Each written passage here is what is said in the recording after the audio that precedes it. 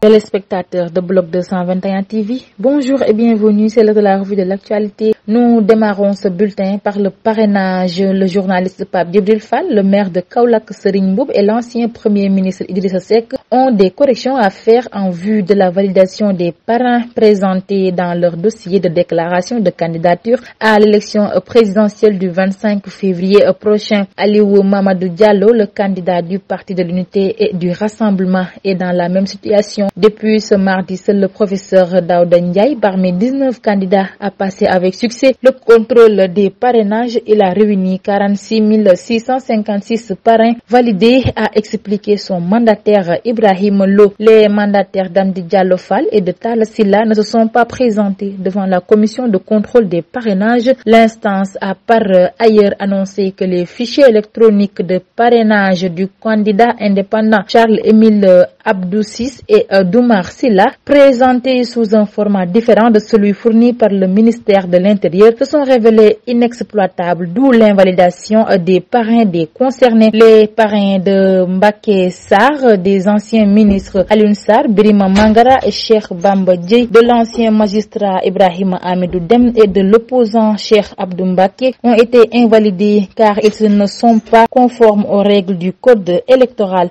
Toujours dans ce volet, Karim Wade est passé sans surprise car il avait opté pour le parrainage des élus. Ayant plus de 13 députés à l'hémicycle, le fils de l'ex-président Abdoulaye Wade n'avait pas trop de soucis à se faire. D'ailleurs, le moment de vérification a pris beaucoup moins de temps comparé aux autres candidats déclarés. Il est ainsi la 5e personne à avoir validé son parrainage après Boubacar Camara, Cheikh Tidiane Dièye, Déthié Fall et le professeur Daouda Ndiaye. La chambre administrative de la Cour suprême a déclaré irrecevable ce mercredi le recours portant annulation du décret de nomination des nouveaux membres de la Commission nationale électorale autonome. Ce recours avait été déposé par l'expert électoral Ndiaga Sylla et maître Abdoulaye Tine, une décision que Ndiaga Sylla conteste. Il annonce ainsi un pourvoi en cassation. Pour rappel, ce mardi, des membres de l'opposition regroupés au sein du Front pour l'inclusivité et la transparence des élections avaient retiré le recours contre ce même décret de nomination pour,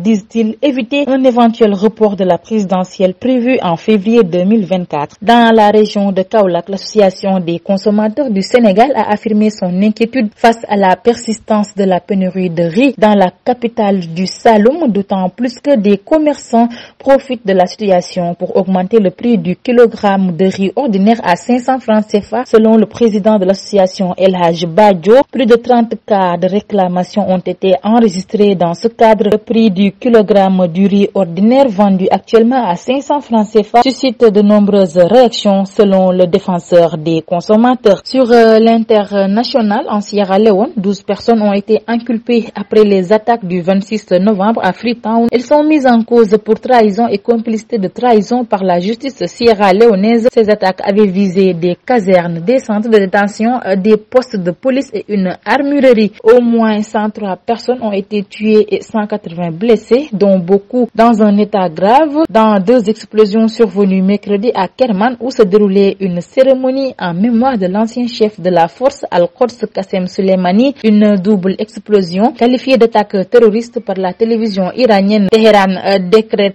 jeudi une journée de deuil. Le président iranien condamne l'attentat odieux. L'ayatollah Khamenei promet une réponse sévère, lui condamne un acte terroriste. Le président russe se dit choqué par la cruauté et le cynisme de l'attentat. L'armée israélienne se prépare mercredi à tout scénario au lendemain d'une frappe dans la banlieue de Beyrouth au Liban, fatale au numéro 2 du mouvement islamiste palestinien Hamas et ravivant les craintes d'une extension du conflit actuel dans la bande de Gaza. Une attaque condamnée par le chef du Hezbollah, Hassan Nasrallah, a déclaré dans un discours très attendu mercredi que son organisation ne restera pas silencieuse après cette agression flagrante d'Israël à Beyrouth. En sport, en stage de préparation pour la CAN 2023 prévue du 13 janvier au 11 février prochain en Côte d'Ivoire, les Lions ont effectué leur 4e séance d'entraînement ce mercredi à Diamniadio. À cet effet, 18 joueurs sur les 20 qui étaient déjà présents au regroupement ont pris part à ce galop. Sadio Mané, qui est dans son village natal pour inaugurer le stade qu'il a construit sur les lieux, n'a pas pris part à cette séance. Kalidou Koulibaly n'était pas aussi dans le groupe lors des 15 premières minutes ouvertes à la presse. Nampalys Mendy, qui souffre d'une blessure, s'entraîne toujours à l'écart du groupe. C'était tout, mesdames et messieurs. Nous vous donnons rendez-vous très prochainement. Mais d'ici là, restez avec nos programmes. Bloc 221 TV.